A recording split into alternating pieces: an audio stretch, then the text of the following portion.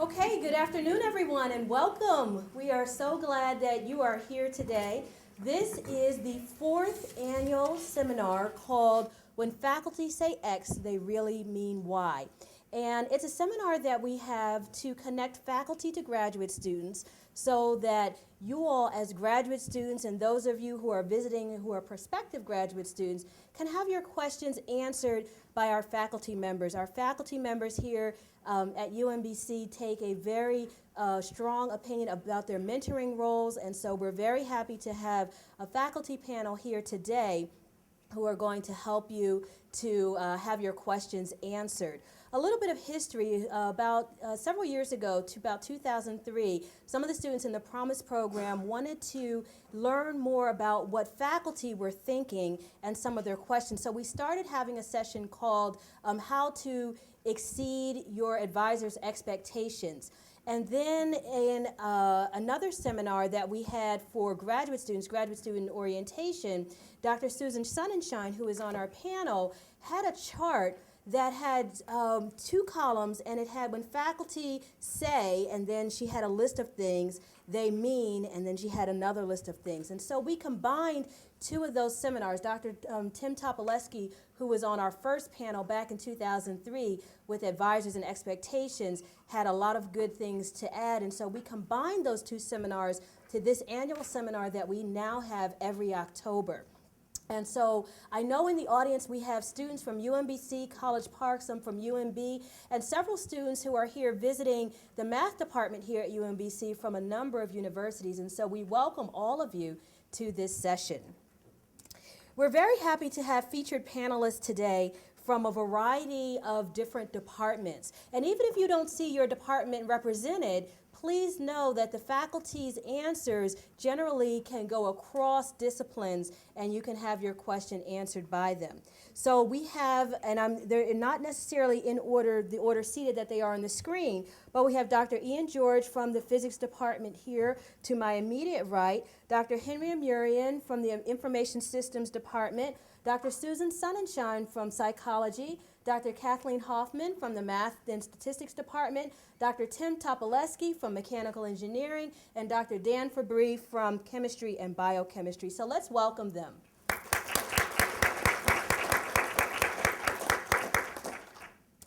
We thank our panel. And so again, the title of this is When Faculty Say X, They Really Mean Y. And one of the main questions that came up on our anonymous list, because we had a blog where students were able to post questions anonymously, is how do I know if my professor is saying what he or she thinks or means something else? And so some of the panelists have created a list of some of their own XY, some of their things when they say one thing, what they really mean. Now, some people say, well, whatever I say, that's what I mean. And they may think that, but there are sometimes some disconnects. And so we're here to try to make sure that some of those gaps are filled. So for any of the faculty members who have already prepared certain things that constitute their X and Y, we're going to start with that before we get to some of our anonymous questions. So we can just go down the line for whoever is ready to share their X's and Y's.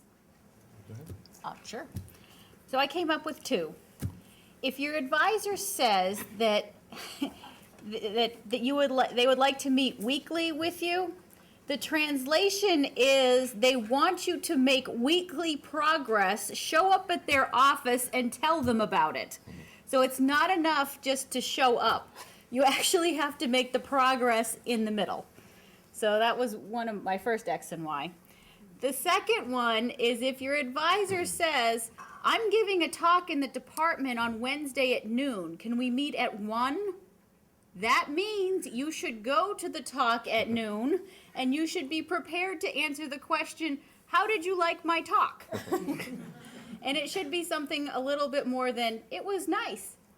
You should actually have some constructive feedback about, oh, well, I really enjoyed the first part where you described X, or I was really hoping you could help me with Y. So those are the two that I came up with. Let me continue on that route, the notion that there's a hidden message. So each year I've been invited, and I'm the graduate program director in the Applied Developmental Psychology program. How many of you are from the ADP program? I believe nobody is raising their hand. Where? Was there one person from the Applied Developmental Psychology program? No. I always send out an announcement, and today, shortly before I came over here, someone said, "Have a good talk." A student of mine. I find it also, I agree with you, when I sort of say I'm giving a talk at such and such, we can meet right after, there's an implicit message there that the student should attend the talk. I've also said things to students along the lines of, when you get a chance, would you do such and such?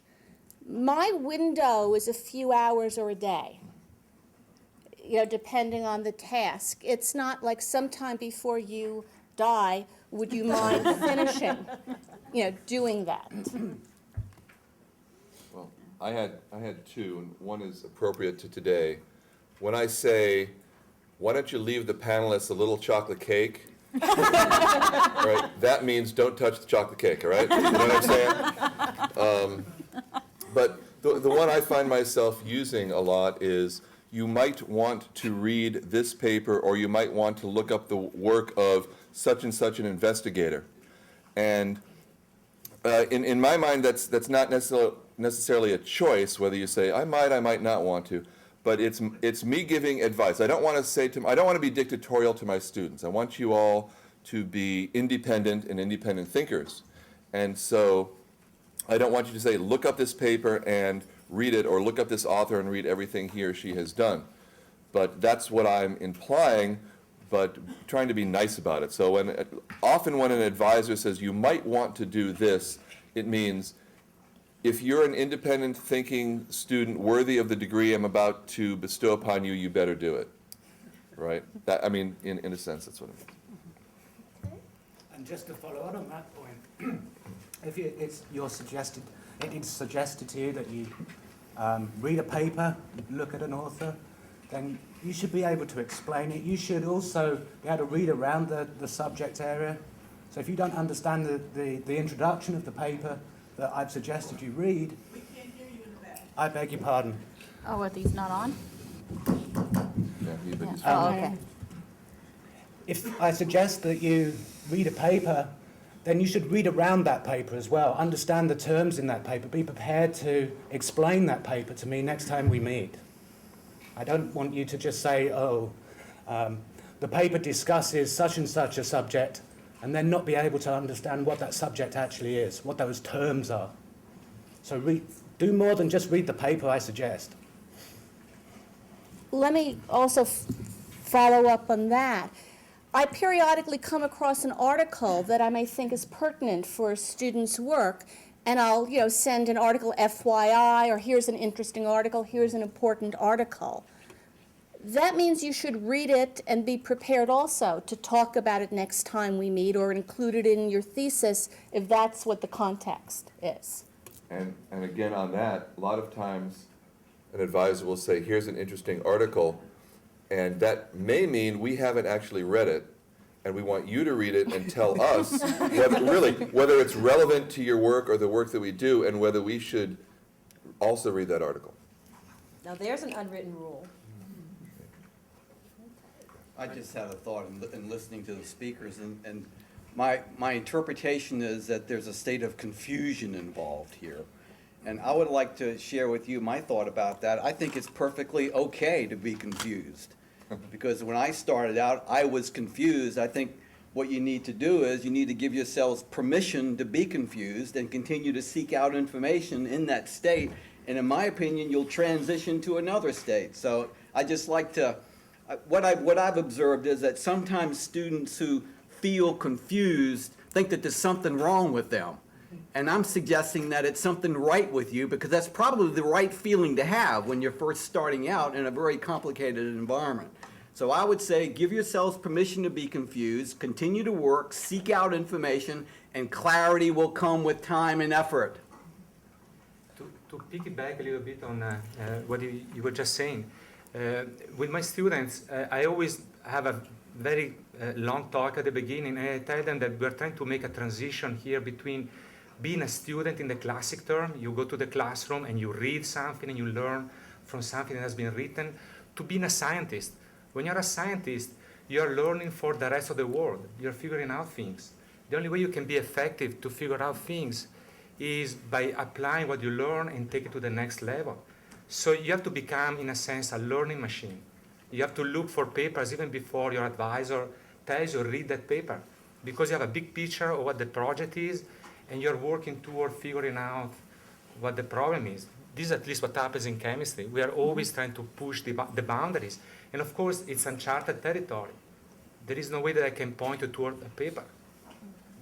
We're doing it together, right? Yeah, I think if I hear it correctly, you're suggesting that students at your stage should shift from being consumers of information to being producers of knowledge.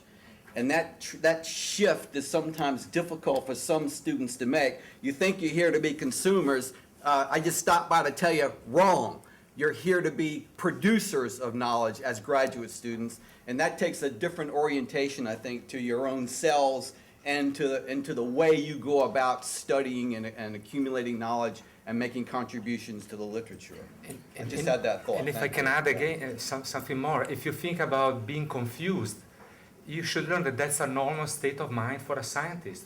If you already knew everything there is to know, you wouldn't be investigating a certain problem, a certain field. The fact that you are confused and you want to shed light in there, that's exactly what drives us, what drives mentors and students. So you have to share in that a little bit. It's good to be confused sometimes. And also maybe the word, I don't know if the word ignorant is right, but don't be afraid if you don't know something. I think most advisors recognize that you are not going to know everything all at once. But I think what drives advisors up the wall is when they see students not making an attempt to rectify that situation. You read a paper, you don't know the terminology, and you say, I had no idea what this paper meant, you throw it over your shoulder. That drives us batty, because that's not the inquiring minds we want to see in our research groups. So when your expectations are to become a person that's able to get beyond their ignorance or beyond their confusion, with our help. Well, let's get to, if you don't mind, some of the questions that you all have posed, because we had more than 25 questions that were put into our online blog, and we have distilled those questions into 6 different categories. One category is starting out and learning the unwritten rules. The second one is boundaries. The third one is what happens when the faculty say no, when they tell you no. The fourth one is confrontation, disagreement, and communication. The fifth, feedback. And then the sixth one is life and balance. So let's start with the starting out and learning some of the unwritten rules. These are questions that have come directly from the graduate student body. This one says, I'm coming directly from undergrad, but some of my lab mates have more experience or a previous master's degree. Are the expectations the same for everyone? And along this line, the question has also been about finding a mentor within the department.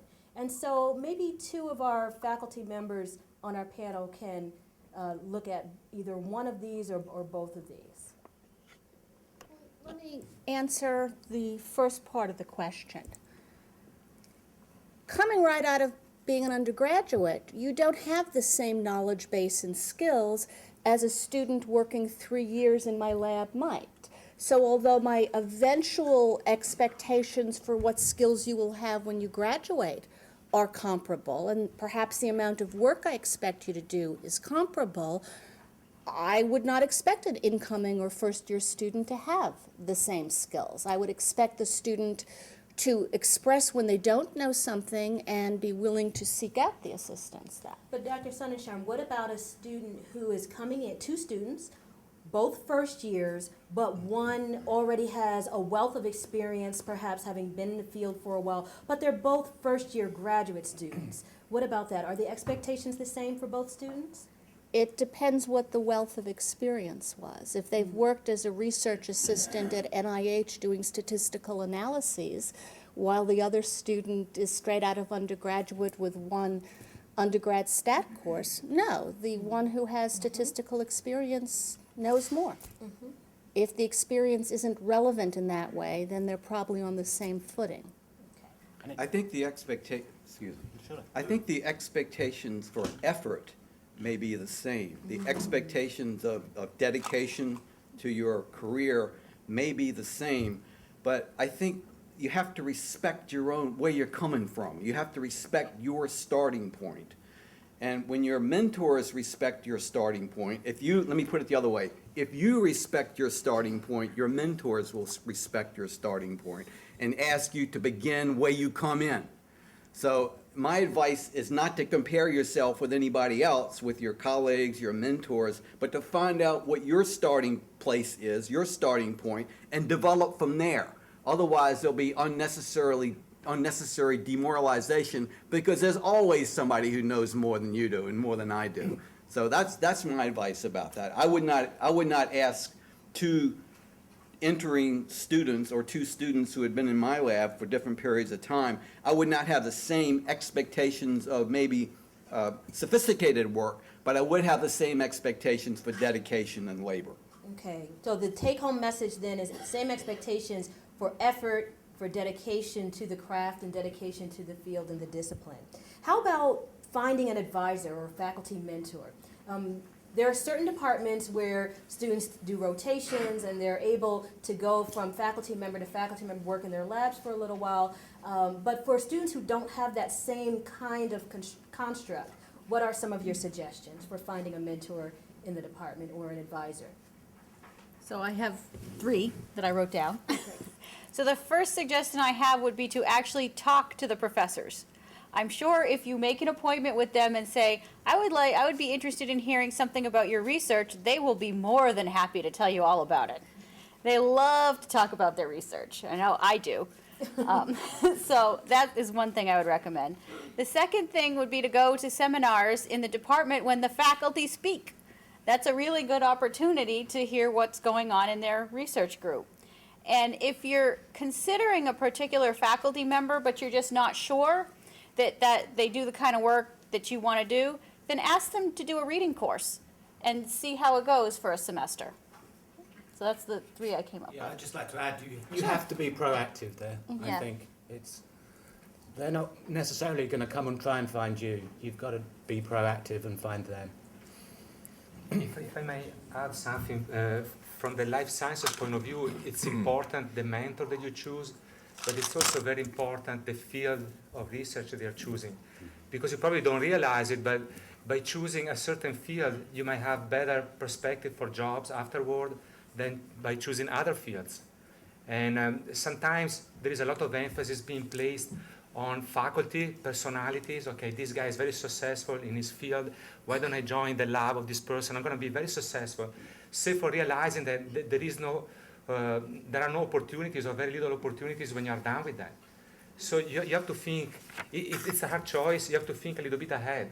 With a PhD in chemistry, you can always switch field afterward. Okay, you have very good fundamentals, but you're already ahead in the game if you're choosing the right field that has perspective afterward that allows you to develop in your chosen field. So that's also an extra layer of difficulty for choosing a mentor in chemistry. Another thought would be to look at the faculty members' CVs online. Look at their publication history, look at their service history, their professional involvement, and see if there's a fit between your interests and what they've done in their career paths. Or read their research. A lot of us post recent articles. And it doesn't hurt to visit the lab and talk to the actual students that are doing the work there, and see whether if they're happy, their expectations, if they're evolving as professionals. See also if they get the chance to talk at national meetings. And you can evaluate all these things and then put in different columns, pros and cons, and then make a choice. Could I just go back for a second to the first part of this question? The question sort of talked about a student who is less experienced compared to one who is more experienced. But I've also sometimes found that a student coming from a school where they've had, I'm a psychologist, where they've had a lot of research in a psych lab, you also have to be open to new experiences. Because you did it this way at school X as an undergraduate, this might not be the way that I do things. Now, you might have some suggestions for good ways, but you should also be open to learning new ways and not be totally set in your tracks from what you did as a prior student elsewhere. Okay, thank you very much. This is sort of going in that same direction of finding an advisor. And I'm going to actually ask Dr. Topolescu to answer this one because It's going to. I know this is a topic that's near and dear to his heart. This one says, as a first-year student just joining a lab, how do I express my eagerness to start with my project when my advisor seems too busy for me? So, and I was going to jump at this because I see some of my students out there, and who know, and not that other faculty members are not busy. I think, and I've told students this at orientation all the time. When I tell them to come by and see me, and a lot of students say, "Oh, you're too busy, Dr. T. I didn't want to bother you." I'd say, "I'm always busy." If you ask any one of us here, we're always busy. Faculty members are never bored. All right, we never have a time on our hands when we're just wondering what the heck we're going to do. It's just part of the job, right? So, but I am president of the Faculty Senate right now. I'm also, like Dr. Sonnenschein, the graduate program director for our department. Today I was at the FDA most of the day. I met the new director for the CDRH, the Center for Devices and Radiologic Health. I'm on panels. We're all doing all this kind of stuff.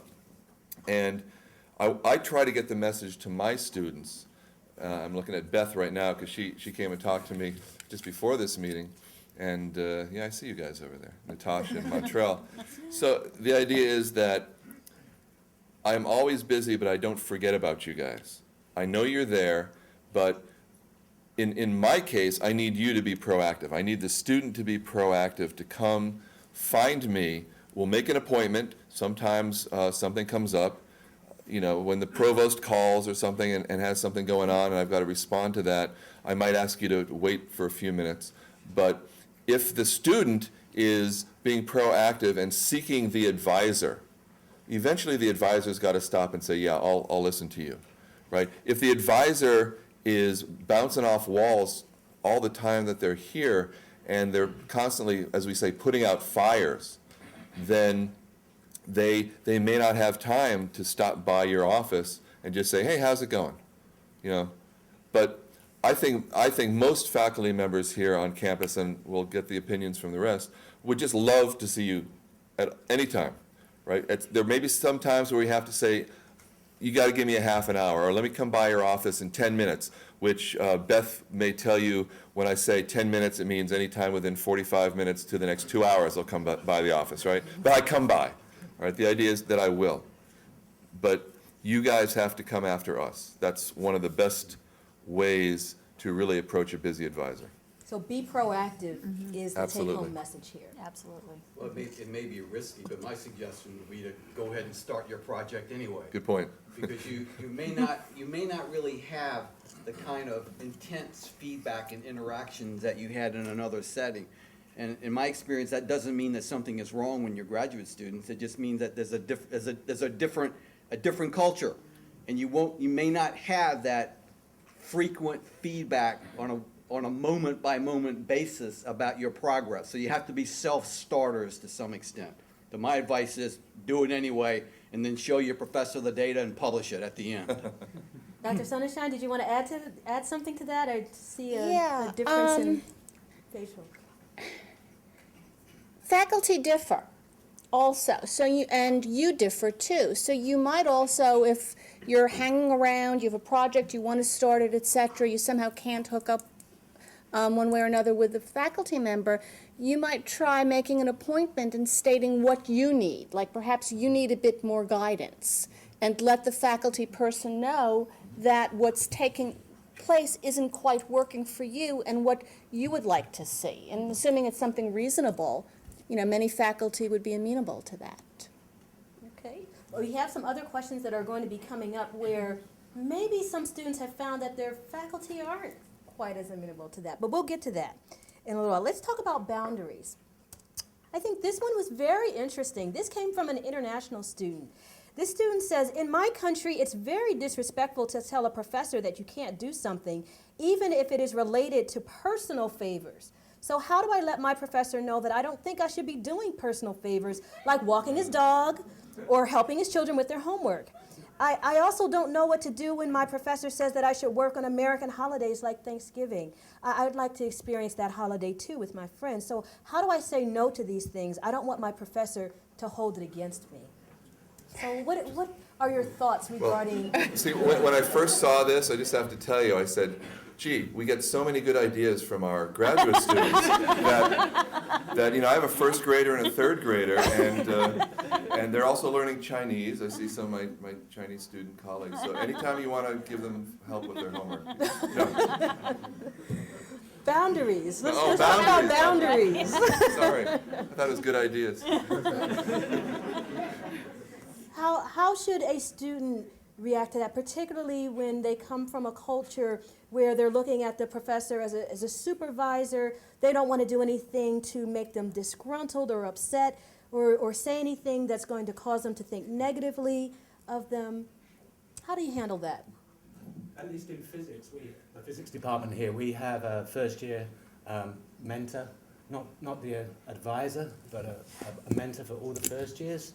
So I think that would be a time where you would have to pluck up the courage and discuss it with the mentor, and they could contact your advisor and say, this is totally inappropriate to walk the dog. I think that's the only way you can do it. So I would also encourage you to talk to your graduate program directors. Yes. Because I am also a graduate program director, and I would like to emphasize that graduate program directors are there to enforce the rules in the department, but we're also facilitators of your success. So we like people to graduate. We really do like our graduate students to be successful. And so also look at your graduate program director as a resource for things when you don't know what you should do. You should always go to them and say, how should I handle this? What should I do? And, okay. I was going to say about the Thanksgiving thing. I remember back in the day when I was a graduate student, and there was a very special one-of-a-kind piece of equipment at Cornell, a synchrotron. It's physics guys will know what it is. The only time my group could get time on it, I think, was New Year's Eve, or New Year's morning from 2 to 4 in the morning. All right? So you say, well, if that's the only time of the year you can get time on it, maybe that particular year we had to give up or leave the party early, you know what I mean? If it was New Year's 2 in the morning.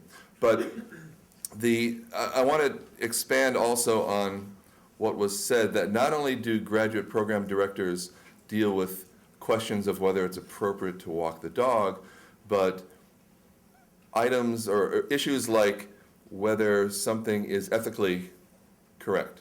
If you have a question about something you have been asked to do, either participate in research or co-author a paper or work on a proposal or interact somehow, and you're not sure about whether it's appropriate, come talk to one of us. In my department, I tell the students, everything that we talk about behind the closed door is always confidential. And many times it's a matter of communication. You didn't quite understand. Your advisor said X and you interpreted it as Y, and you don't understand what was being asked and you need clarification, and we're happy to do that.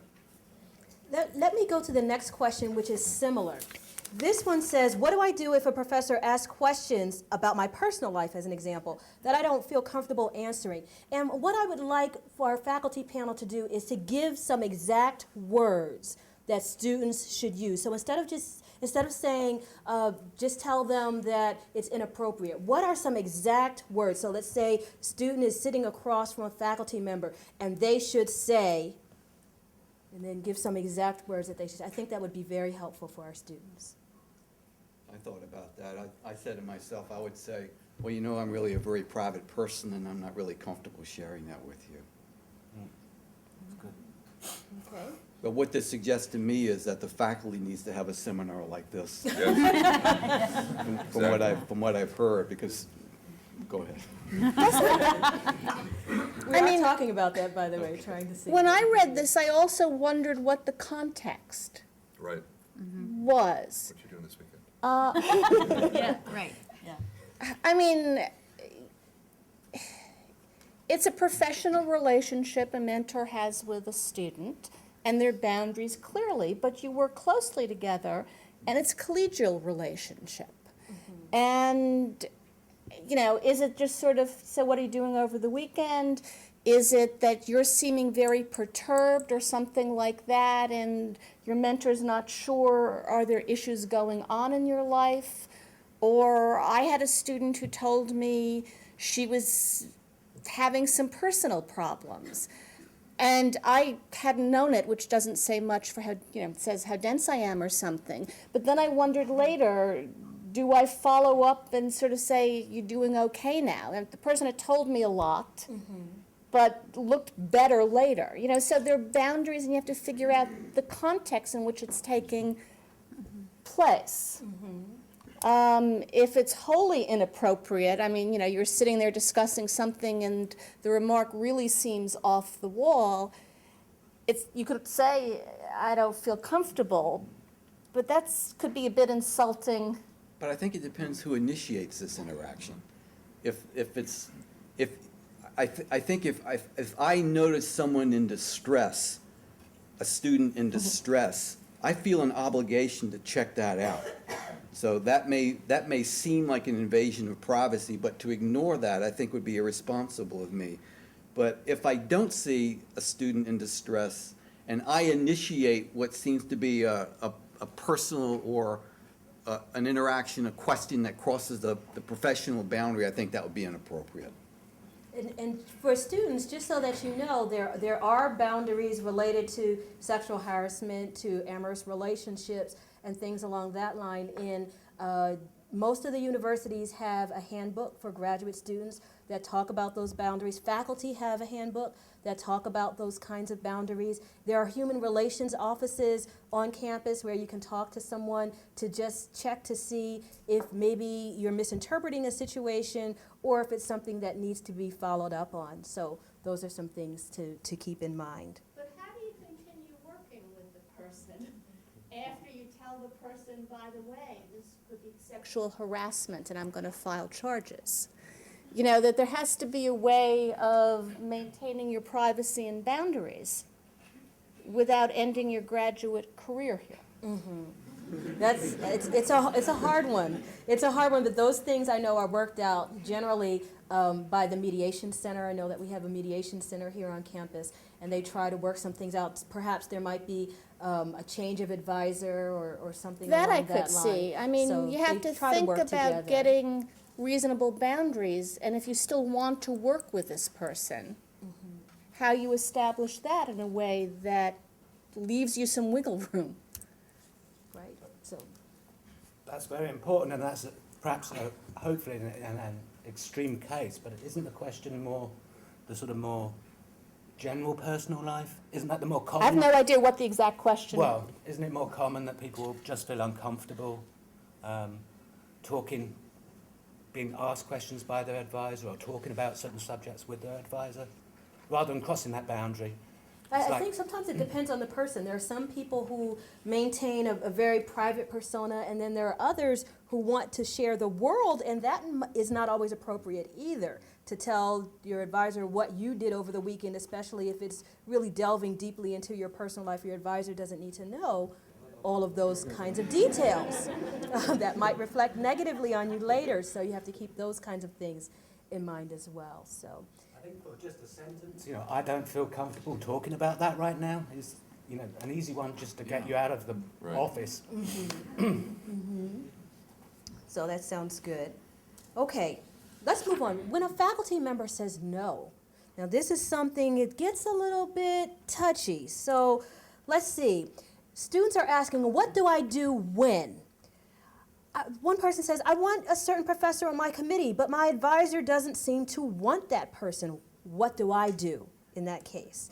Another one says, I have funding to go to conferences, my own funding. I have a fellowship, I applied for it, it's my own funding, but my advisor said, no, I couldn't go to that conference. Why would he or she say no? What do I do in these kinds of situations where my advisor is saying no to me and there's something that I want to do? Again, I was talking to my student earlier, and I had exactly that second situation in my own career. I had a paper accepted to a World's Biomaterial Conference in Kyoto, Japan. My advisor said he didn't have any money to send me, and who wouldn't want to go to Kyoto, right, for a conference? I said, I'll pay my own way. And he said, no. And I said, what, you're telling me I can't spend my own money to go to this conference? And as I thought back on it over the last 3 years since I graduated, that, I thought, well, maybe it was a matter of pride for my advisor to have a student present something, but that he didn't have the resources to pay my way to go there, and he didn't want to look bad, in a sense. Maybe that was his motivation. But in my case, I would never want a student not to go to a conference and not to use double negatives, I guess. But if you guys got your own money, absolutely, I think that's part of your professional development, and I think then you have an issue you may want to take up with a graduate program director or chair. I have something to add here, actually. In my lab, I have a very simple rule. If anybody wants to go to a conference, they have to have new data to present. So this is a development issue for everybody. When we are going to a conference, we are not going there as tourists. We're not going there to visit Kyoto or Rome or what have you. We are going there to build a CV, to be able to present our work, to be able to present new original data. I don't go to a conference with the same data twice in a row. Okay, I need to have new data to go there. If a student comes to me and say, hey, I have this wonderful data here, I know that I can go there and present. Can you send me? It doesn't matter if this person has money or not. I will send him or her to present our data, to be ambassador for our research in there. It's good for us, it's good for granting, it's good for the person that goes to present. I actually make a point that every graduate student and postdoc that comes through my lab, they always have to present at least once as a speaker, not just as a poster, as a speaker at a talk, at a national or international meeting. And up to this point, we've been successful at doing that. And this is just, I use that actually to give motivation to do work and get new data. And it seems to work fairly well for the people that stick with me. I should say that this just applies to my lab. I don't know how my colleagues are doing it in chemistry, but it seems to work. Okay. I think also, though, it's reasonable to ask why, as Tim did. But another issue is I had a student come and explain his future research plans to me, which involved him being out of the country for maybe a month of a semester. And, he said, yeah, this will work out fine. I said, but you have a TA. And this would be a month in the semester. And he said, yeah. And I said, you have a TA. He said, yeah. And so I realized I wasn't being as clear as I might be. And I said, and who's going to cover for you? And he was sort of taken aback. And I said, I understand this is a good opportunity for you. And if you can't complete your research during January when there are no classes, you need now to make arrangements with other people to cover your TA, because this could be the case here that there are obligations here the student has that need to be taken into account. Okay. And what about that first question regarding a person that the professor doesn't want on the committee? Dr. George? Again, ask why. I suspect your advisor has a very good reason not to want that person. It may be something you don't know about professionally or even personally. So ask why. So let me follow up on this particular question and sort of ask the unwritten piece here. Are there certain words that faculty members will use that mean no, but they're not really saying no? And if so, what are those words that faculty members use when they're saying, I don't want you to do that, I don't want that person on your committee, I don't want you to go there, I don't want to be involved with that type of research, but they're not saying it so clearly. What are some of the words that are used? Of course you can do that, but, but I would suggest you do such and such. Or this person might be a better choice for your committee. The way I do it is I try to get my graduate students to realize the committees are resources for them. So when we're there in a committee and we are talking about a candidacy, a project, we want to have the best person there to advise us, to keep us straight. Oh no, you guys cannot do this because it's been done before, or it's not going to work for you. So the argument that I will use if somebody is there that I don't think will be a good person is, well, look at the background of this person. Do you think this person would be a valuable addition to this resource for you? It's not about getting the easiest person that will ask the easiest question during a candidacy. Being asked the easiest question doesn't help you. Okay, really, to get your project going, you need to have a very critical person, somebody that knows his or her stuff, that is capable of contributing to your project. That's the person you want. Usually when I have this talk with them, they start to backtrack and think a little bit harder. If they still want a person there, even if I have personal problems or I know that this person is not going to be valuable, I tend to relent and say, okay, fine, but don't expect too much in terms of contribution from that person. So you're more comfortable apparently saying something negative Oh yeah, about I'm another very faculty straight. I tend to member. be very straight. Even we tend to know each other in the faculty, and people know pretty much what the opinion of each other might be, and there is no reason for hiding this thing. I'm not worried that you will go and report to the other person, hey, my boss said that you are not going to contribute to our project. I prefer to say it more obliquely. No, I'm very, very straight on that. But an indirect way would be to say, are you sure that professor has time? Yeah. That's an indirect way of signaling that maybe it's not a good fit. You may want to reconsider. It's a good way to say no. So are you all taking notes? I know that we have some of this on tape, but some of these things are real gems because you're not going to necessarily see them in a handbook somewhere, and they're really giving you those unwritten rules, and those are the kinds of things that we want you to have so that you can be successful. Just to add, I think the external member of your committee, that's where you have to really take the advice of your advisor. There can be, in my field at least, it can be, should we say, competitive. There might be people that really want to shoot down your work because they want to shoot my work down. So the external one is a hard one, in my field anyway. Okay, thank you very much. Okay, here's another one that's pretty tough. This student says, my advisor seems to be distancing him or herself from me. I don't get invited when special guests come, or I don't get told about special fellowship opportunities that other people in the group do. How do I reconnect, and what do I do if he or she is really trying to tell me to go to another lab? Okay, this is the busy advisor syndrome perhaps, right? One thing you might want to assume is that your advisor is not distancing themselves from you, but that they're scatterbrained like me, all right? Honestly, at the FDA, I was asked to name my students, and I went through the list, and I said, and I know I have 2 more, but I just can't think of their names right now. I really couldn't, even though I see them, 2-3 times a week. I'm sorry, but so again, a direct approach may be useful in some cases to say, "Hey, I'm here. Don't forget about me. I'm interested in the group. I'm interested in participating." If you feel brave enough to say, so and so, you passed on this fellowship opportunity to so and so, but I didn't hear about it. How come?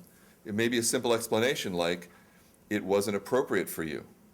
One example, very clear example, is there are minority fellowships that are available, or fellowships that are available for women only. And, if a white male graduate student comes to me and says, how come? Well, you're neither a minority, you're not an African American, nor are you a woman. I couldn't pass that on to you. So it may be a communication issue. So that would be the first step. And then if it's not a communication issue, if there's something else, I'm going to pass that on to my colleagues to answer. Passing it I on. think if it is not a scatterbrained response, then if I were a student, I would seek out another explanation. I would look at my own activity in the lab or in my discipline, and I would take stock. I would take stock of myself at that point, and maybe the deficiencies. And if there are, I need to address those deficiencies, and maybe directly with the professor who's mentoring me. Or I may ask him directly, do you have issues with my progress over the past month or so? Okay. If it really is an indirect communication. If I can add something to this, I'm a person that is really consumed by my research. I think research around the clock. And the best way to get my attention, my students know that, is to approach me and say, hey, I ran the experiment we were discussing last time, and no results came up. At that point, I'm going to drop everything and we're going to start to discuss things. And it might be a good way to reconnect. I'm also a very busy person, travel and all that. But that's the easiest way to get my attention. And I know that a lot of my colleagues are the same. You just talk to them about the last experiment that you planned and it didn't work, and then you reconnect. When you take stock, as you were saying, about your situation in the lab, you have to look at your involvement with your own project. You have to take ownership of your own project. If you don't take ownership of your own project, if you don't take ownership of these experiments that you planned and did them, well, that may be a reason why your advisor is not paying attention to you. You're not bringing new results, even negative results. Sometimes negative results are even more important than the positive results because we are learning what we need to do next. But if you don't bring them up, your advisor will just think, okay, this guy is just progressing on his own, no problem, nothing to talk about that. But as soon as you come up and say, hey, the experiment didn't work, or you get his or her attention right away. There's also the issue of being around, being responsive. So if I say there's an interesting talk tomorrow, are you someone who actually goes to the talks? If I've made other overtures and you tend not to respond via email or anything, at some point I will take the hint and stop making the overtures too. It doesn't mean I don't want you in the lab at all, but you've moved from top tier to a lower tier because you're not responding and taking advantage and doing. So I think that's an interesting thought, that as hard as it may be to hear, that a student can move in a professor's mind from one tier to another tier. And so you have to sort of think about how to stay at that top tier, because that's going to be very important. So let's continue, and we're sort of in the same vein now. We're talking about confrontation and when there's disagreement with your advisor and how to communicate. So this one is a little bit different. This one is sort of confrontational, but when a student needs to ask a professor a question about their own milestones and their own stress level. If your mentor does not have tenure, how do you have a candid discussion about their tenure schedule and where your progress as his or her student fits into that timeline? And for those of you who are brand new students and don't know about tenure, tenure is that process that a faculty member goes through for 6 or 7 years, and once they have that and they have been approved by their department and their college and their university, then they have the permanent job in the department. They have to be approved by their peers internally and externally. But that's a long process. It requires a lot of service, and a lot of publications are the main thing. So it's a very tenuous process for faculty members to go through. So how does a student address that and ask a faculty member about that process? Well, I just wanted to maybe clarify this point. This is an X and Y. The question, what the professor may interpret that question to mean. If the professor is not tenured, in fact, what you're asking him or her is, are you going to be fired in 3 or 4 years and being forced to leave the university? And if so, what's going to happen to me? So, no, it's kind of funny, but that's what that question is interpreted, how that question will be interpreted by a faculty member, which I think makes it even more difficult. One way you might approach that is, again, you might have to feel a little brave about this, but you approach your faculty member and say, I understand that publications are important for you to get tenure. I would really like to have some publications. How can I help you so that we can get these joint publications out that will help both of us, for example? Isn't this really a question for the GPDs? The GPDs should be making sure you have a program and an advisor who is frankly likely to get tenure. Is that not the case, GPDs? Well, in our department, I know the progress of the faculty members, yes, and when that faculty member is coming close, I pretty much will figure out who their students are, and in my mind, I'm thinking, what will happen to those students if the faculty member doesn't get tenure? Are they far enough along so, for example, even if the faculty member does leave the university, the student can still get their degree granted? Or would they have to move to a different advisor? So we do take that into account. In some situation like this, your committee, your dissertation committee actually is very, very important, at least in chemistry and biochemistry. When you form this committee, that's your resource. You know that if your advisor gets fired next year, like Tim said, you can rely on them to sometimes continue and finish the project that you had going with your advisor, obviously depending on funding. And at that point, you would be supervised by somebody in the committee. I've seen it before. And just to maybe allay the fears here, in my experience at UMBC, what makes us kind of a neat place for all the faculty is, unlike other schools where they may have a reputation or there's a rumor that they'll hire 3 or 4 people with the intention of only keeping one faculty member and letting the other 3 go after tenure, UMBC doesn't work like that.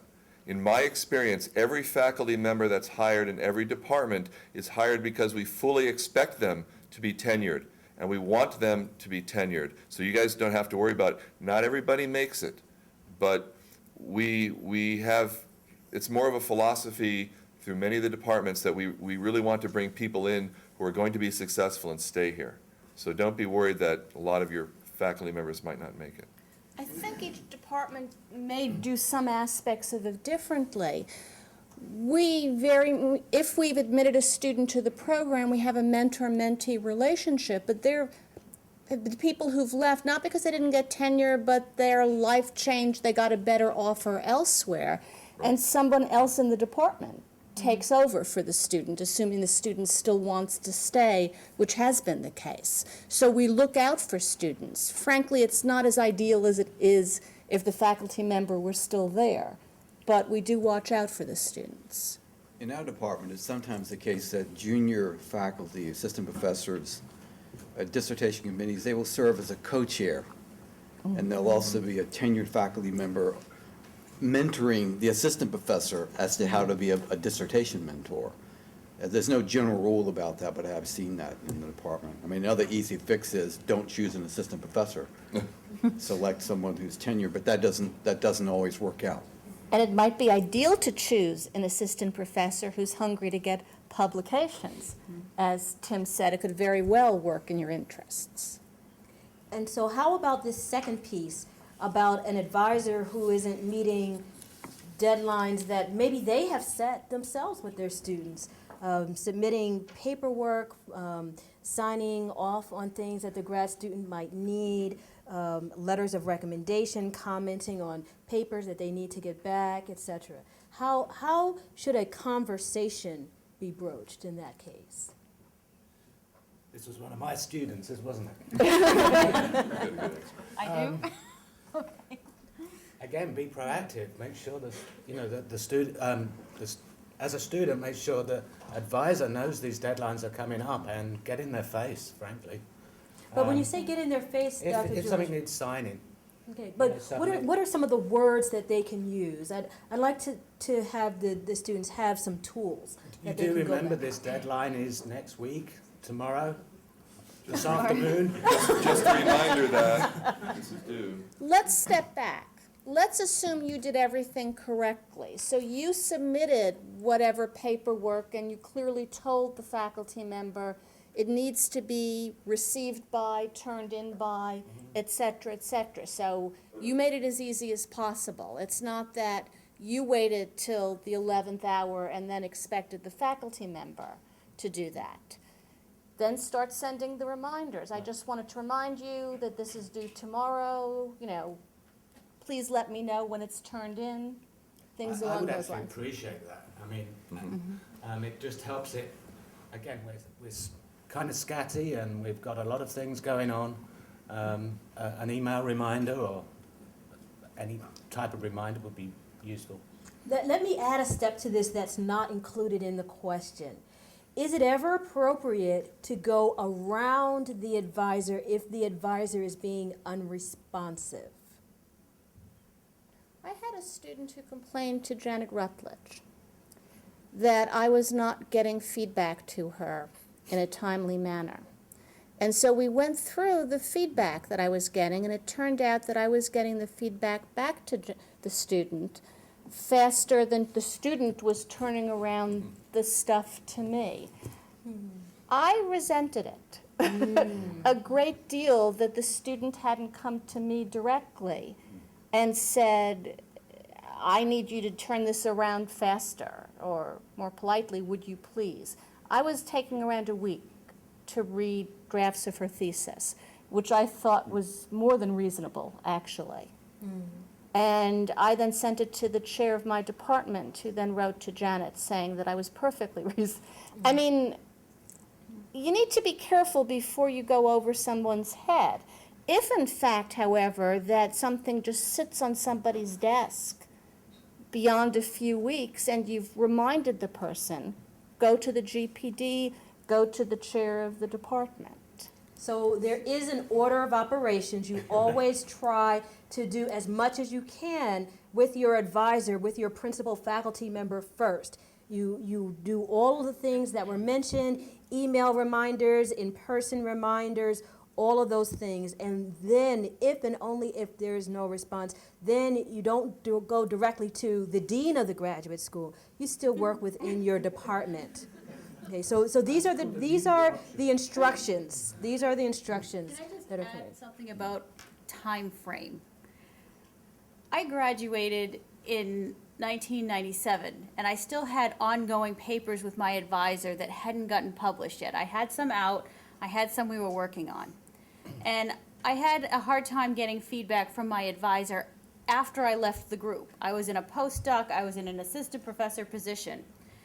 And I didn't have anybody to go to sort of pull rank on him. I couldn't make my advisor read my paper.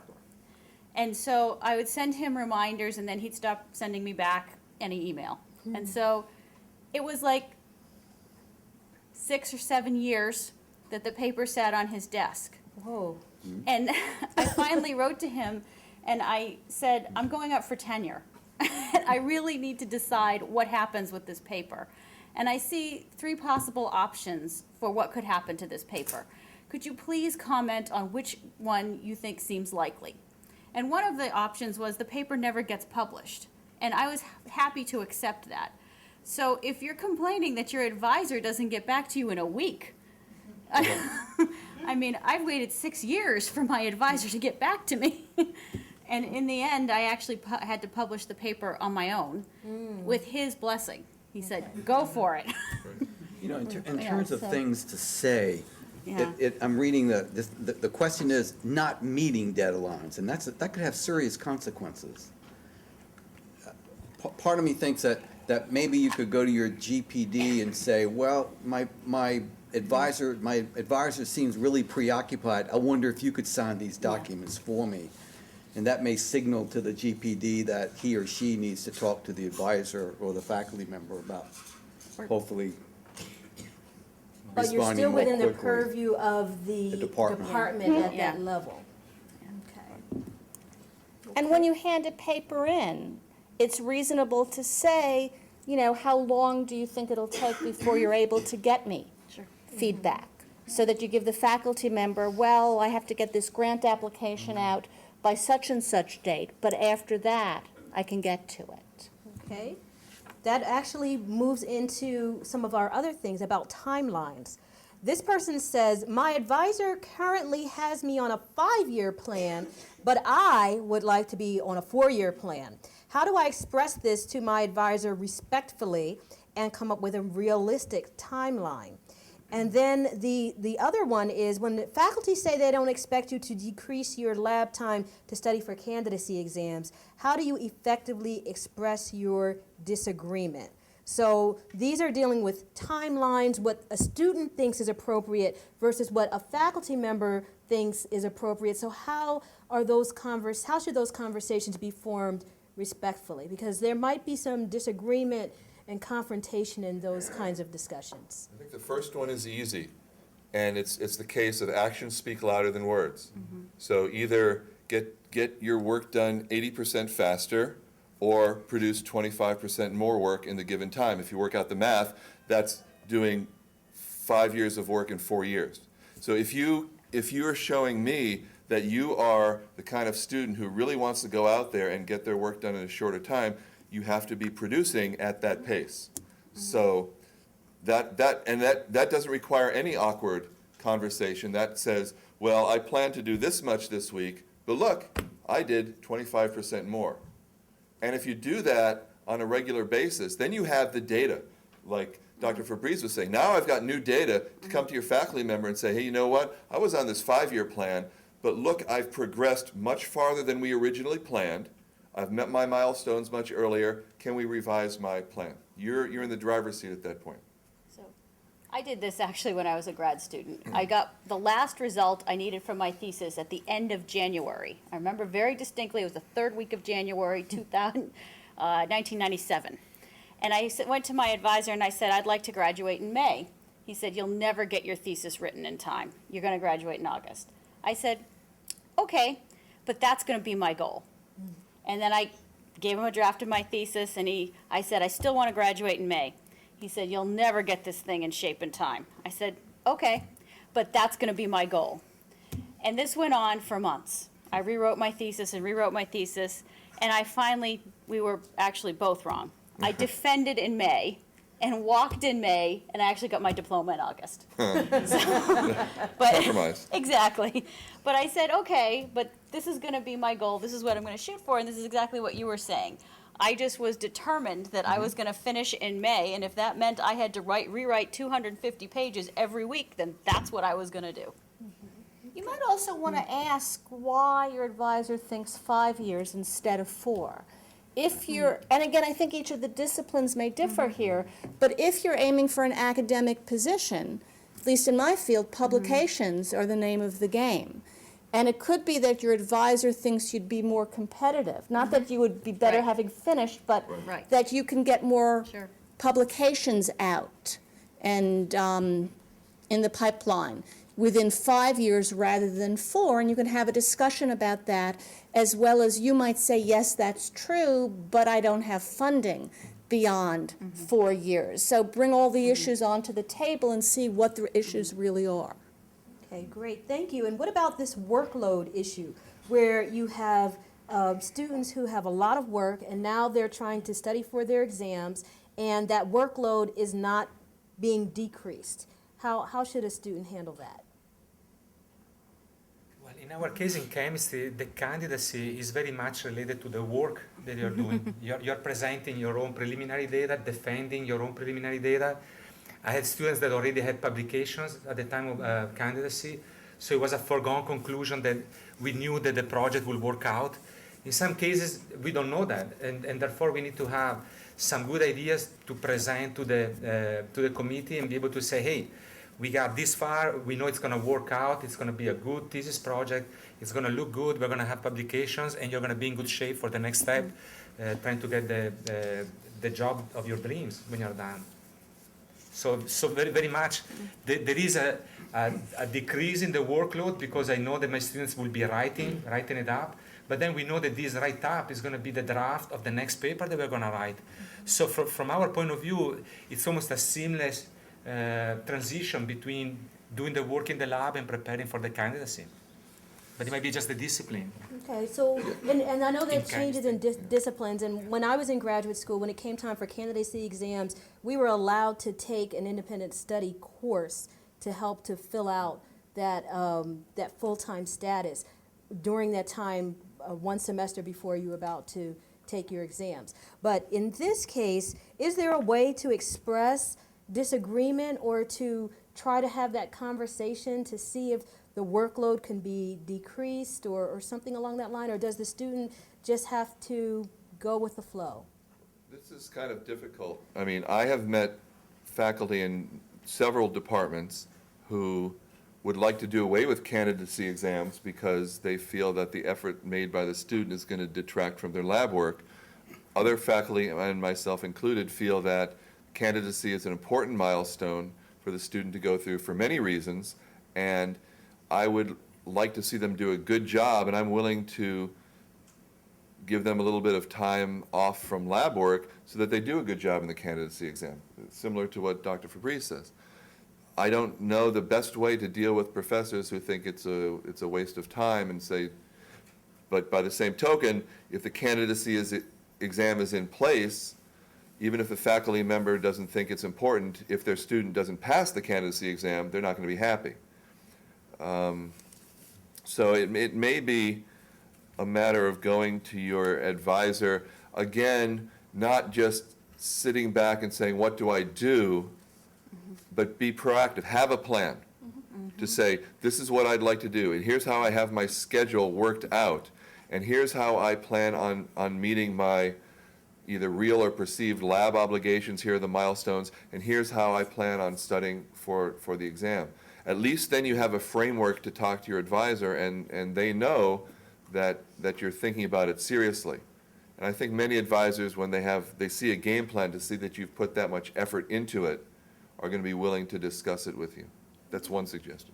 In that department, I don't think workload is lowered when the candidacy exam is scheduled. My advice would be to start studying for the candidacy exam early. Right. Because in that department, it's known what papers will be covered on a candidacy exam, and it's not wise to put it off until the last minute or even several months before the candidacy exam. So I would plan well in advance for the candidacy exam. And Dr. Amirian, your definition of early is when? When you walk in the door, I mean, that's a facetious response. Early, maybe the semester before the candidacy exam, I think would be a ballpark. Okay, great, thank you. We have 2 more categories, 4 more sets of questions in the last 15 minutes. Let's talk about feedback. This is a long one, but it's all based on clarity. A student asks, is it appropriate to ask the same question to a professor a second time if you're not completely sure what that professor meant the first time? The second part of this is, does it seem frustrating to professors when students persist in asking questions that may, to the professor, seem minor? And then the final part of this, how do you deal with professors who put you down or make you feel stupid when you ask them questions for which answers are based on your command of previous material? So if faculty members can answer maybe each one person can answer one of these questions, I think that would be helpful to our audience. I'll take number 1 then. Okay. Yes, it's appropriate to ask if you don't understand, but I think that you should demonstrate that you have tried to understand it, or at least be able to express better. Don't just ask exactly the same question again. Be able to express what you don't understand. You've worked at it. That would be my response. But don't not ask a question because you don't understand. I mean, that's... Can you expound on that a little bit, Well, Dr. don't Dewar? pretend you understand if you don't understand. That's very frustrating. When I ask a student, you understand what I'm talking about, yeah? And they nod and say yes, and then go away, and obviously they come back with stuff where they didn't even understand what I was telling them. So that's one of my biggest frustrations, honestly. Students pretending to understand something when they don't. I'd much rather you ask a question think about my response, perhaps do a little research on your own, and then if you still don't understand, come back and ask again. Perhaps a little tail between legs, but come back and ask again, please. Okay. So along this line, does it seem frustrating to professors when students persist in asking questions that may seem minor? And you're saying yes in one sense, but there's a way to continue to ask, showing that there's some thought that's been put into the question. So it's been answered once, and putting some thought behind it is the way to continue to ask the question, but not necessarily asking the same question over and over again. So I think that's okay, so then what about the third one? Because when there's unfortunately a professor who makes a student feel stupid, and this can happen to a student in class or in email. It can happen over Blackboard. It can happen maybe when the student is not in the room and the faculty, they hear from other people in the lab or in the group. How does a student deal with that? I can take that one. So I would say that this has happened to me in grad school, where a professor has attempted to make me feel like I was asking a stupid question. But I was determined that I was going to get my degree, and I needed something from them. I needed them to explain a concept to me. So I stood there and took it, and I said, yes, I really need you to explain this to me. And I just stayed determined and persistent that I was going to get what I needed to succeed in my program. And if it meant that I had to stand there and have a professor think that I was stupid for asking this question and actually insinuate I was stupid for asking that question, then that's what it took. On another note, you have to understand that as you progress through your career, you're going to write grant proposals and it's going to be reviewed, and you're going to write papers and they're going to be reviewed, and you may not always get glowing reviews. You may get some extremely harsh criticism on these reviews, and you have to learn to deal with this. You have to learn to read these reviews and look for constructive feedback. What can I do better? Or the reviewers just don't have any idea what I'm talking about, and clearly it's their problem, right? So you have to be able to look at things and get what you need from them and get the constructive criticism and stay determined and focused on what you need to do in order to succeed. And there's maybe two ways for any of us to feel stupid. One way is when a student comes in and says, I can't figure this out. I tried and tried and tried and tried. I reach up on my bookshelf, pull out a book, open a page, and I say, it's right there. The answer's 3. And I've had this happen to me. And Sure. you feel bad because not because the professor said something nasty to you, but you realize that you didn't do your job the way you should have. And when I talk about you, I say me as well. And I can give you an example of this afterwards that happened to me this week, all right? I was able to correct it, but it's something that I did, and boy, did I feel stupid for doing it. The other way is if there is a faculty member who is abusive or nasty, and I don't like to see that myself, and if you have a case like that, come talk to me, all right? And I've had students come talk to me, not from my department, all over the place, to ask me questions about this. And in confidence, the GPDs, we can help you with that. If it's professors are being nasty, there may be something wrong there. Hopefully that will never happen to you. But if it does, what I would really suggest is not necessarily confronting the faculty member, but seeking somebody else like the GPD or the department chair. I think it's also really important. I mean, one of the things I find really frustrating, it came up here, is a student doesn't ask. Mm-hmm. You know, I say, please get this done, and the student says yes, yes, yes. And down the road, I get stuff that's garbage because there are errors in it because the student didn't actually understand what I was requesting. I had a situation where a lot of my primary data was destroyed. And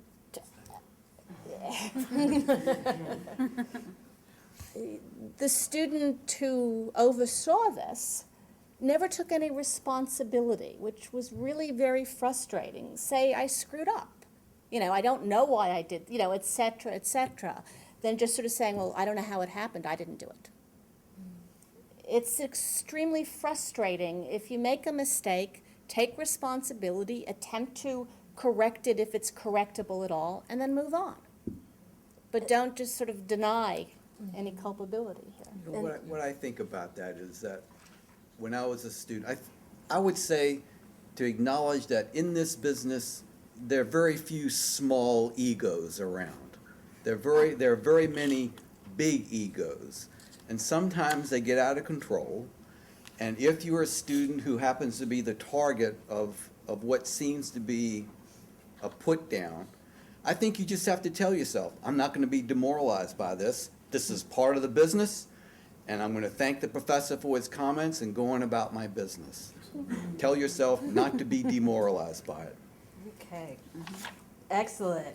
This moves on, it was a good segue to pet peeves that you may have as faculty members regarding some things that students may do, either at the master's level or PhD level, inside or outside of the classroom. Maybe two of you can take this. What are some pet peeves that we're willing to put out there to let students know? These are things that professors do not like.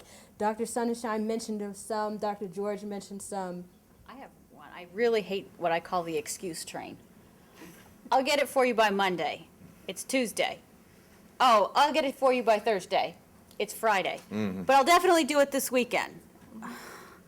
Just please, not the excuse train. I don't want to hear one excuse after another, after another, after another. And if you get that thing done, it's just the next thing, and then there's 20 more excuses that I have to sort through. I don't like the excuse train.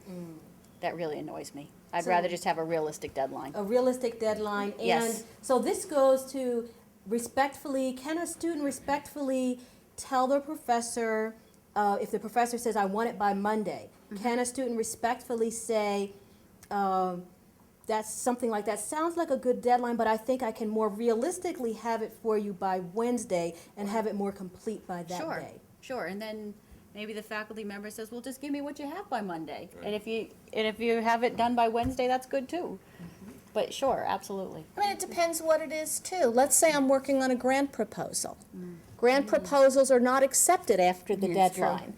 And you're assisting me, and you tell me you will get me something by a certain time.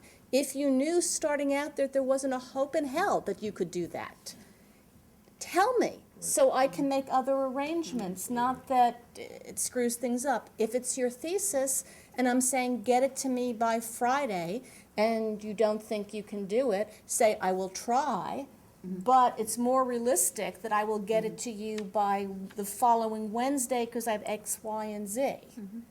You choose which one you choose to do depending on does it affect you or does it affect me. Sometimes it's a little bit something that we have to learn how to manage expectations. We have expectations for you, you have expectations for us. And there are realistic expectations, some expectations are not realistic. If you start to tell your advisor, oh yeah, I'm going to do these experiments tonight or tomorrow or so on, well, you are already putting the expectation there in the mind of your advisor that the data will be on the table or you will be ready to discuss the results Monday, Tuesday, whenever you said you are going to be. And then if you couldn't do that because it didn't work out, okay, let's discuss why it didn't work out. But if you couldn't do it because your expectations were not realistic, you had other plans for the weekend or you wanted to do other things, your advisor needs to know that. You cannot put the expectation in the advisor mind and then open to go with the excuse train. And I think that's actually a two-way street. I tend to treat my students as colleagues. I try to establish a relationship like a colleague, okay? Maybe you're the junior colleague, I'm the senior colleague, but still colleagues. We are working together in this project. I cannot tell you that I'm going to read your draft or your paper by Monday if I know that I have a grant due on Tuesday. That's unrealistic. How can I tell you this? I cannot put this in your mind. In the same way, I'm not expecting you to put an unrealistic expectation in my mind. We have to respect each other. Can I just add to that? Just remember, as a PhD student, what happens when you get stamped on the forehead and you're out of here, you have your PhD? We're expecting you to become literally a colleague, hopefully work with us, and then we're totally equals. It's no longer mentor and student, it's two independent researchers collaborating together. And that's what we want to try and teach, that collegiate type of interaction between mentor and student as you get closer and closer to graduating. So just think about what's going to happen after you graduate. You're going to be writing the grant proposals yourself. You're going to be helping me write a paper. I might be helping you write a paper. You're going to be thinking of new research projects. In fact, you're going to have to think of your own new research projects. Think of new ways to look at things. I have two things that drive me crazy with students. One is students not making an effort. I am, and this may be me, other people may disagree, I am more interested in the level of effort that a student is making rather than the progress that they're making in an instant. Yeah, I prefer to look at progress over a long period. I'm not concerned necessarily about whether you've made more progress today than yesterday. In a month or 2 months or 3 months, then I might start to worry about it. What I'm concerned about is the effort. And I've given talks to people about the incremental nature of creativity. You know, you talk to any scientist and rarely will you see anybody say, it just came to me in a lightning bolt and I understood the universe. It takes small steps and hard effort. And if you're not making that effort, that lightning bolt is never going to hit you. The second thing that really drives me crazy, all right, is when students don't try something or they're afraid to start because they're afraid to fail. Oh, I'll do it tomorrow. It's this thing. Oh, and there's just something that keeps them going. And I believe, I have to talk to my psychology colleagues, but they're afraid that they'll look bad or they'll fail. And you know what? What I've learned and what most successful people, I mean, the really, really rich people have failed many times, but they failed early. They started something right away, they took to it, then they realized quite early that what Learn from your negative results and use them for the one time that you're going to hit the ball out of the ballpark. That's the most important thing that you can do. So my pet peeve is also about lacking of effort. Did you give yourself a chance? Were you able to learn something from your failures and go back to the plate and hit the ball out of the ballpark? That's very important for me. Thank you. And as we get to our last question, and I'm asking if you would just give us patience for just a few more minutes with the life and balance, because I think this is a good way to end. I'm going to go through this very quickly and then go to the next slide. One of them is how are professors dealing with students who are lagging behind in class due to health reasons? That's one. And if someone has a quick answer for that, then I can get that answer and then move on to the next one. Does anyone have a quick answer for that? If a student has health reasons, how does a faculty member talk with them about it or handle that? I don't think there's a general answer to that. I mean, it really is, it depends on the situation of the student. I mean, if these are long-term health problems, then you need to have a discussion with the GPDs and your advisor. Okay, so having the discussion then is important, not just letting it happen, but having the discussion. And then finally, we're going to put these two together. Student says they're having trouble as a first-year student effectively balancing teaching assistantship, classes, lab. Does one take precedence over the other? How does that balance? And then how do professors do it? Professors have to manage research and teaching and service, their professional lives, their personal lives. So maybe if we can, at our ending, as we end, if each person can talk a little bit about balance, maybe something that students should do to balance in their thoughts, and then something that they do to balance in their own lives, and then we will end. We'll just go down the line. So we'll start with Dr. George. In terms of my professional life, I guess I'm firefighting most of the time in terms of, you know, okay, I've got to get a class, I've got to prepare for class, I've got research deadlines coming up, I've got experiments I need to get finished, I've got committees to sit on. I just need to plan out each week, which is often varied, fairly ahead of time, and then be able to react quickly. But having said that, making sure that I do have some downtime.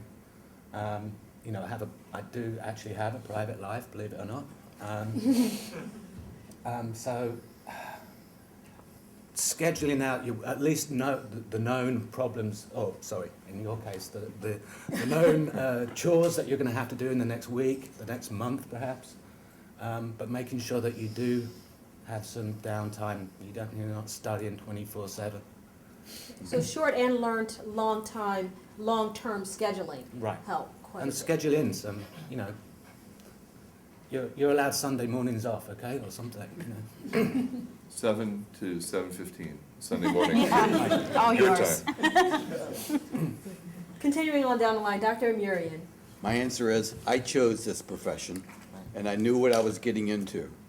And I've given myself permission, I've said that before, I give myself a lot of permissions. The last permission I'll give is to be in an intense profession where I have to do a lot of juggling. It's very difficult to do, and sometimes I'm successful and sometimes I'm not. In the long term, the way I try to achieve balance is to do the best I can and close the door on it. If it doesn't mean I'm successful every day, some days I am, some days I'm not. I just keep going a day at a time, a week at a time. I try to exercise every day. I practice breathing and meditation. I go to church and I do all the things that I need to take care of myself and my family. So I try to, that's really the first on my list. But still, the struggle with the profession is permanent, and it's my choice, and I love it. I think one of the things you find with graduate school is it's different. How many of you are first-year students? So the bulk of you are. Again, I can speak for my discipline and what I see with graduate students in my program. Everyone gets the classes taken care of. They sort of made that their number one priority. What gets left in the wayside is the lab work, the thesis, the dissertation. You need to really step back and think about long-term and short-term goals. When are you going to get the thesis and the lab work done? Because the schedule for that and the goals for that are more amorphous. Summers are different now and vacations are different, I think, than when you were an undergraduate. I like summers for a whole variety of reasons, but one is it's more time for me to write up things. So you might want to think about, and that's what I do in my life now too. It's hard for me to write papers if I'm preparing for a test, for a class. But so I like large blocks of time to be able to do that. Think about long-term and short-term, as everyone's saying. So I like block time. So I try and block all my teaching things together. I get my class prep done, I write my exams, I grade my quiz, I look at the homework, I put the homework on Blackboard, I teach my class, I have office hours, all in one block. And I keep it blocked as much as I can. I see students on those days blocked. And then I have block time for research. So I don't want to be scattered doing research. I don't want to think about a problem for 10 minutes on Monday and not get back to it Wednesday, and then maybe I'll start it again on Friday, and then it's Sunday night and I have to do it again. That's not going to work for me because it's going to take me 10 minutes to think about what I thought about the last 10 minutes. I want a nice 2 to 3 hour block of time in which that is what I'm doing. That research project is what I'm thinking about. And so I schedule my time in blocks. I put all my teaching stuff together, and I have block research times where I just don't let anything interrupt that time. And on a personal note, I have 2 kids, kindergarten and 2nd grade. So I know that, 4:30 hits, and I have to meet the bus at the bus stop, and then it's homework and soccer and bath, and just block it out. You're not going to get anything done. Don't think you're going to write your quiz or you're going to write your exam or grade your homework assignments. It's just not going to happen. So schedule, just block that time out for the kids and give everything you have to them. Yep. And then, stay up late, get up early, and be very, very effective in your use of time. Dr. Topolewski? Yeah, mine are 1 year older exactly, first grade and 3rd grade. Yeah. And I find that, for example, the only time I have to practice my violin is between 11 and 3 a.m. Yep. And it's true. And now I ask the question, if somebody asks me something, I say, will this make me a better violinist? But see, I'm a full professor, I can do that. But I do something, and I thought I could do it here. I do something with the undergrads when I do orientation classes all summer. And I say, when people say do the math, we can actually do the math. And I'll do you a quick version if this pen works. Doesn't work. Does this one work? Does that one work? All right. There are, hopefully you can see this, there are 168 hours in a week. That's 24 times 7. If you sleep 8 hours a day, how many of you sleep at least 8 hours a night? Excellent, Alex, thank you. If you don't sleep 8 hours, you need more sleep. But if you sleep 8 hours, right, 56 hours, leaving you with 112 waking hours every week. You're up 112 hours. If your advisor tells you you need to be working 80 hours in the lab, 80 hours, that's a hell of a long, I'm on film, a heck of a long work week, all right? The undergraduates, if they're taking 15 credit hours and we tell them you need 3 hours outside of class for every hour inside, that's a 60-hour work week for them. If it's 80 hours, that's an awful long work week, but look at this. You've got 42 hours, that's your time. And you say, yeah, Dr. T, I know, but I gotta eat, right? Doesn't that come out of the 42 hours? And I say, you know what?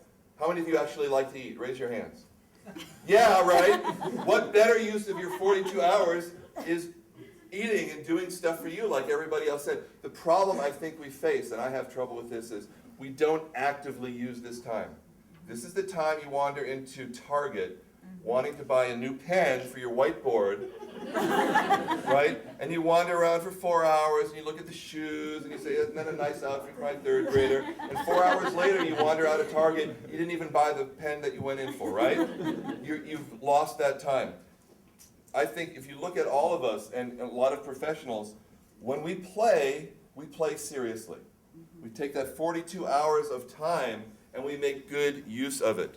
Because if you do that, then you feel like, yeah, I've had some free time and that's been worthwhile free time. It's been active free time. When I was an undergraduate, I rowed crew, right? And what we would do is what we call active rest. We would never, like, after rowing, just wait on the water. No, the coach made us row at like half speed. He called it active rest. And I found out that's the best way to do it. If you're just going to blow away time watching TV for those 42 hours, you're going to feel like you wasted time. And that's the worst feeling you can have.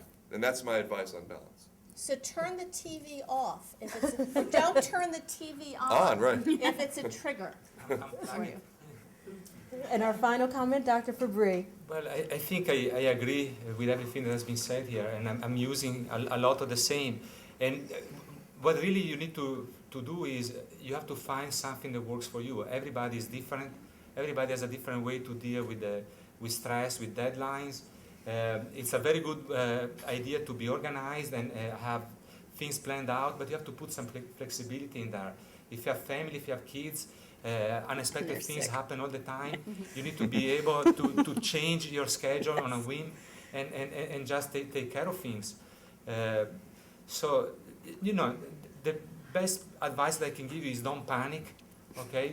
What you're going through is the same that any of us has been through before. Sometimes it's a rite of passage. Sometimes it's like, okay, I got through this, I know that I can make it, and nothing is going to scare me anymore.